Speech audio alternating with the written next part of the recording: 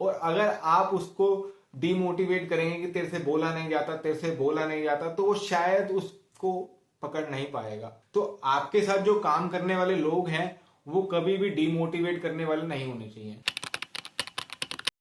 Hello दोस्तों, तो आज हम बात करेंगे कि हमें एक से ज्यादा भाषा अगर सीखनी चाहिए तो क्यों सीखनी चाहिए और किस समय पे हम एक से ज्यादा भाषा सीखें कि हमारी वो भाषा अच्छी हो जाए। अगर आप ये सोच रहे हैं कि कोई भी भाषा सीख के आप इंटेलिजेंट लगेंगे तो आप ये सोच सकते हैं, क्योंकि इंडिया में ज्यादातर ये देखा जाता है कि जो इंग्लिश बोलता है वो इंटेलिजेंट होता है। मैं आपको कुछ चीजें बता रहा हूँ, आपको मैं हिंदी में बता रहा हूँ, तो मैं आपसे साथ हिंदी में कम्युनिकेट कर पा रहा हूँ और मैं उन लोगों के साथ कम्युनिकेट कर पा रहा हूँ जो ज्यादातर हिंदी में सुनना पसंद करते हैं।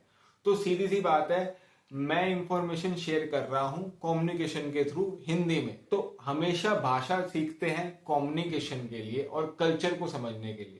सबसे पहले तो कोई भी अगर नई भाषा कोई सीख रहा हो तो कभी भी उस पे हंसना नहीं चाहिए। अगर आप उस पे हंसेंगे तो शायद वो डिमोटिवेट हो जाएगा कि हाँ उसने कुछ गलत कर दिया, लेकिन अगर वो सीखने की कोशिश कर रहा है तो उस पे हंसना क्यों है। दूसरी बात, अगर कोई कुछ सीखने की कोशिश करता है तो आप उसको अप्रिशिएट कीजिए।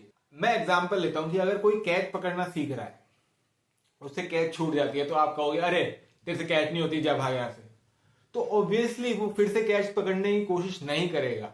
अगर आप उसको फिर से कैच दोगे, नहीं होगी कैच, तुमसे होगी, एक दो बार और ट्राई करो, एक दो बार और ट्राई करो, और जब वो उससे कैच हो जाए तब आप उसको अप्रिशिएट करो, तो फिर देखो वो फिर से कुछ नए तरीके निकालेगा कैच पकड़ने के। कहीं वो एक हाथ से पकड़ने की कोशिश करेगा, कहीं वो जंप लगा के पकड़ने की कोशिश करेगा। यही चेंज की लैंग्वेज में भी होती है। जब कोई भी बंदा कोई भी शब्द बोलने की कोशिश कर रहा होता है तो वो अपने दिमाग में उसको पकड़ने की कोशिश कर रहा होता है, और अगर आप उसको डिमोटिवेट करेंगे कि तेरे से बोला नहीं जाता, तेरे से बोला नहीं जाता, तो वो शायद उसको पकड़ नहीं पाएगा और वो नई चीजें नहीं सीख पाएगा। तो हमेशा कोशिश कीजिए कि कभी भी डिमोटिवेट नहीं कीजिए और कभी भी हंसे मत, और अगर हंसते भी हैं तो सॉरी बोल के उसको उस शब्द का सही मतलब या फिर उसकी सही प्रोनाउंसिएशन सिखाइए। और अगर वो स्टिल प्रोनाउंस नहीं कर पा रहा है तो उसको ये कहिए कि आप कोशिश सही कर रहे हैं, बस ऐसे ही बोलते रहिए, आप सीख जाएंगे। दूसरी बात कि लैंग्वेज हम सबसे अच्छी किस उम्र में सीखते हैं। जी हाँ, जब हम बचपन में होते हैं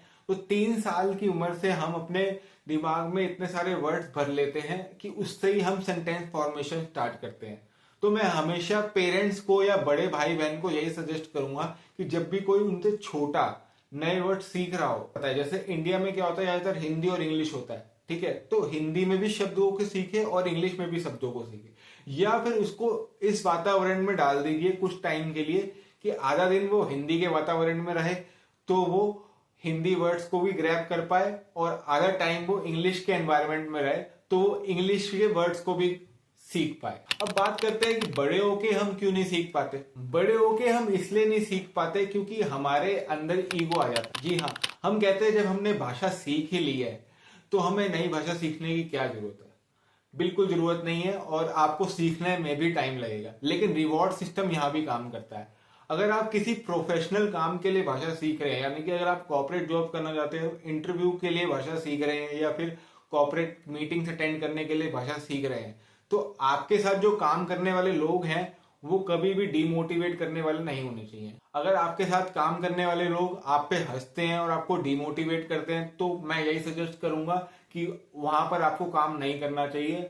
आपको अगर भाषा सीखनी है तो आप नई जगह पे जाके काम कीजिए। बेस्ट यही रहता है कि आप उन लोगों के साथ काम करें जो आपको मोटिवेट करते हैं और आपको चीजें सिखाते हैं, तो इससे आपकी लैंग्वेज भी अच्छी होगी और आप नई चीजें सीख भी पाएंगे और शायद जल्दी से फ्लुएंट भी हो जाए। तो मैं इंग्लिश के लिए कहना चाहूंगा कि अगर आप इंग्लिश सीखना चाहते हैं एज अ दूसरी लैंग्वेज तो बचपन से ही कोशिश करें, 3 साल की उम्र से ही कोशिश करें, और हिंदी भी सीखें, इंग्लिश भी सीखें, ऐसे कोई दिक्कत नहीं है। और 10 से 12 साल से पहले पहले वोकेबलरी को ग्रैब कर लें अगर आप यूनिवर्सली सबके साथ फ्लुएंटली बात करना चाहते हैं और हर जगह पे वो भाषा का सही तरीका। अगर आपको ये वीडियो पसंद आई हो और ये समझ आया हो कि एक से ज्यादा भाषा कैसे सीखी जाती है, और आप अगर किसी को सिखाना चाहते हो या अपने बच्चे को बताना चाहते हो या फिर उसको किसी एनवायरनमेंट में डालना चाहते हो, तो ये 2-3 रूल्स का ध्यान रखिए और ईगो को बीच में मत आने दीजिए।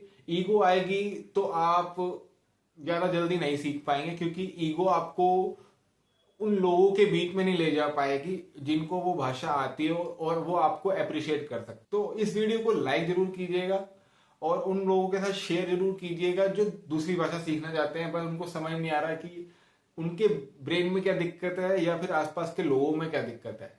ठीक है, और इस चैनल को सब्सक्राइब कीजिए अगर आपको ऐसे ही छोटी मोटी इंफॉर्मेशन और नई इंसाइट्स, नई नॉलेज, नई कहानियां चाहिए तो। Thank you.